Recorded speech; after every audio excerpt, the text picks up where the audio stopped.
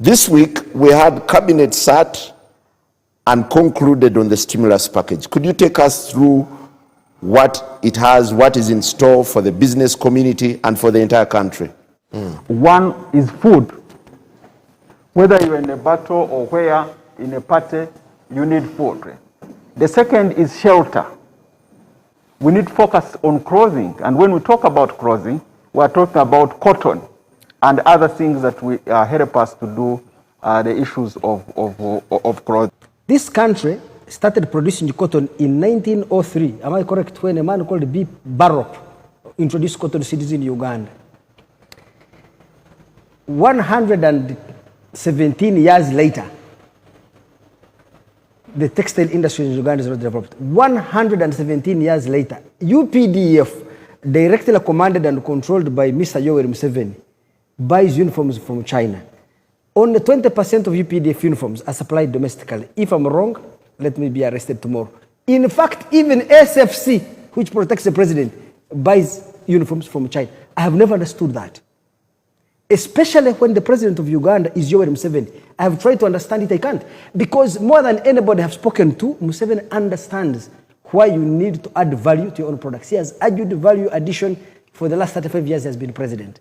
Now they are saying, okay, we need to reduce our dependence on imports and use our own, get our own raw materials, add value to them and make them finished products. So it is a very good thing they are saying it. Let me ask you, Bahati, is UPDF going to change its policy? Uganda police, Uganda prisons, all the hospitals which need bed sheets, which need doctors' uniforms and nurses' uniforms, are you going to procure these things locally? I just can't understand why we cannot turn our own cotton into finished cloth.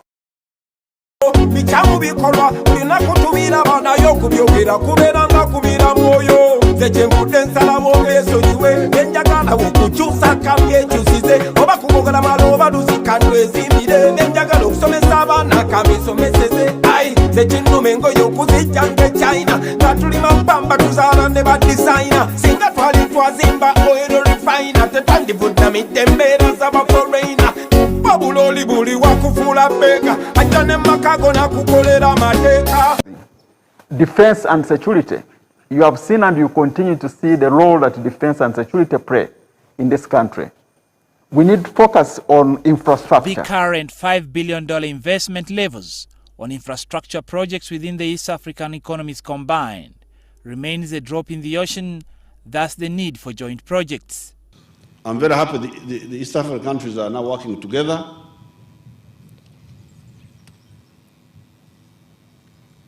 Because Uganda cannot build a railway to the sea without the support of Kenya. Where do we pass? President Yoweri Museveni, who was accompanied by colleagues Rwanda's Paul Kagame and South Sudan's Salva Kiir, have witnessed the launch of the 8 billion standard gauge railway construction here in Uganda. The standard gauge railway, you can imagine if our railway was working now, actually we would be stopping some of the things that some of the challenges we are getting with the truck drivers. But most importantly, reduce the cost of transportation in our country. Health services, then education and human resource capital. All right. Look, the way this has been reported to me is not so much that you all are have a high priority for infrastructure, but you have sort of a negative priority for some of the other stuff that we've been involved with for a long time. For instance, primary schooling and basic health and that like. Is that correct? No, sir. I think if one is forced, is it infrastructure now, roads or primary schools, primary education? If just either or, then you would say, for this juncture, would say, let's have roads first. It's not a question of primary school or secondary, tertiary, vocational. It's a question of the balance, always. Okay. And we need to discuss this because, the way we look at it, the kids aren't getting educated.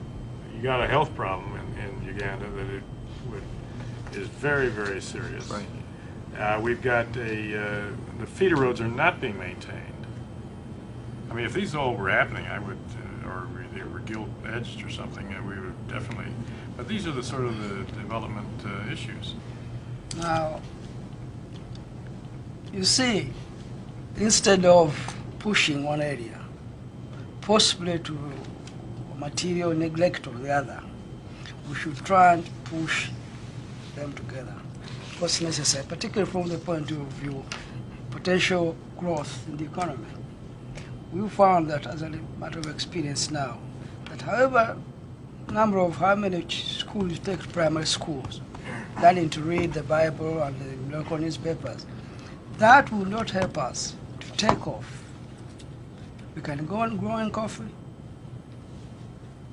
but that won't help us really to move into the, so you feel like the secondary phase of industry, of development. No, well, you can't go to the other side without this base. But I'm saying that if the people don't know how to read and write and count and add and subtract, they're not going to be able to engage in the modern age. That's all there is to it. That's my going-in position, and I want you to understand that that is a going-in position. I agree with you. And I've got a stack of evidence, and you're going to have to overcome that evidence if you're going to win this argument.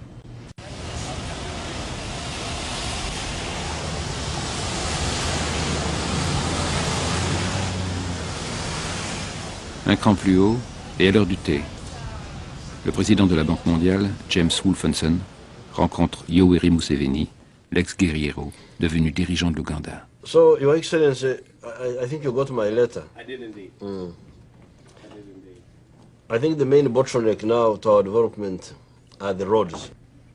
See, if the roads were open, the major ones and the feeder ones, then a number of things would happen. First of all, the peasants would be able to market their crops. Right.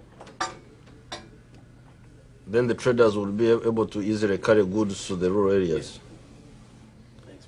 Then also the investors would find it easier to go up country and invest there. So roads go into everything. They affect tourism. Tourists don't want to bump on roads for 20 hours. I know. They want to drive smoothly and go back to the towns. So they affect everything. Yeah, you don't have to convince me. If you take roads, you must maintain them. And I think what we did previously was to help on the road maintenance. And we're now looking at the new road program. In my previous job of fighting, Yes. I was used to prioritization. It was our friend Mao Zedong who told us that to hit with both arms Yes. in two directions at the same time Yes. is bad fighting. Yes. You would rather fold your arms and you concentrate your blow Yes. in one area Yes. and achieve a target.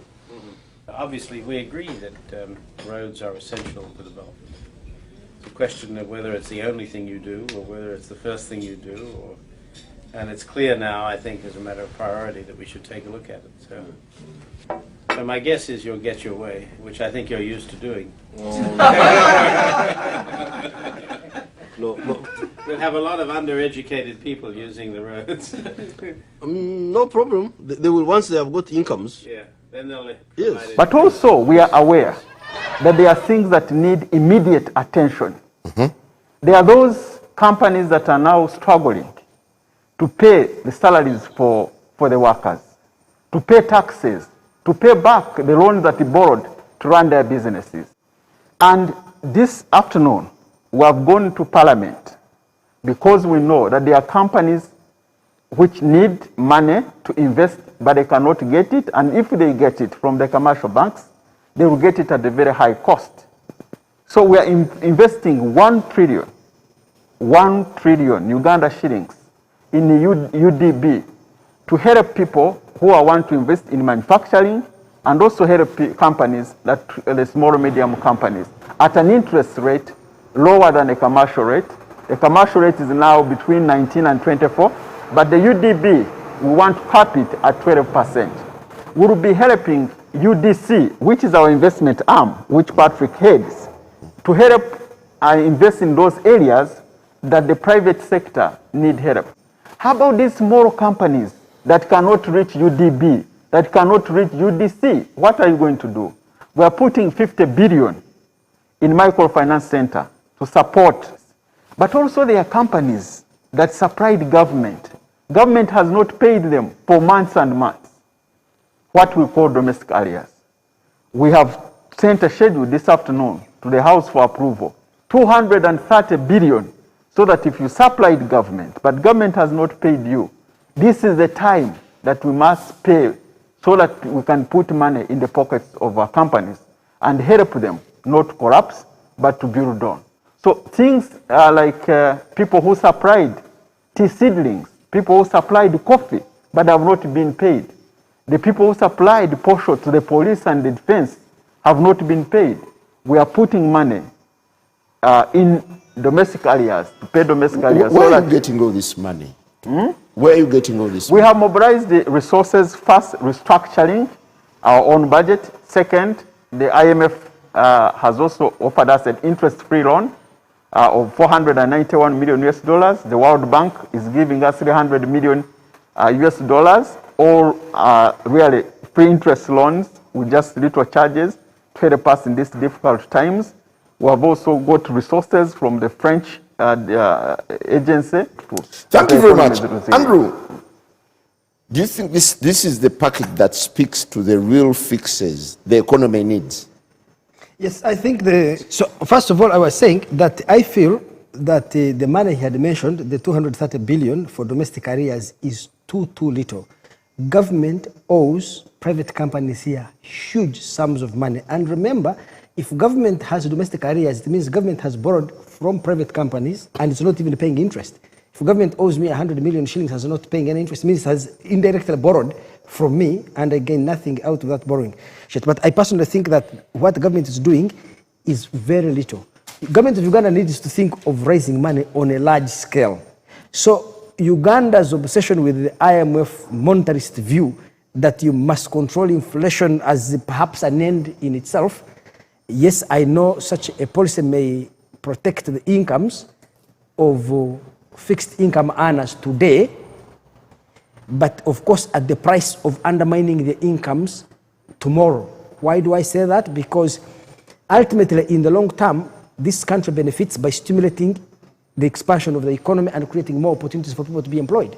You can protect my wage today, but at the price of undermining opportunities for creating more jobs that can even earn me more money over the next 20 or 30 years. Is this a moment where naysayers are going to be silent, now that government has finally come out? But I would want, perhaps, Honorable Minister, to tell the viewers, why were we unable in the first place to pay the people who supplied the government for all this long? And you're paying now? And we are paying now. Secondly, the issues, yes, we are borrowing money, we may be having resources. How do we deal with the governance issues that the people we are going to pay are the right people who supply the government with the right quantity, right quality of services? That these are genuine clients. So you also have some misgivings, right? Yes, we may have. Yes, I do have. The other one also applies to the people who have tax arrears, accumulated tax arrears, that even if you were to sweep off the interest, the penalties, what is the credibility of our internal system that the people you are going to give, the penalties you are going to sweep away so that they start on a clean plate are genuine penalties? Somebody is not concocting, because those governance issues is going to have an impact on the net worth of the money government is going to remain with. Are your questions informed by history? Yes, obviously, yes. And I think I am here now playing the devil's advocate, so to speak.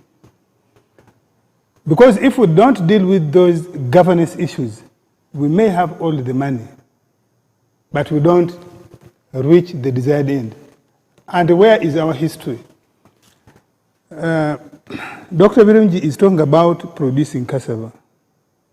Why haven't we been able to produce cassava for starch in insufficient quantities.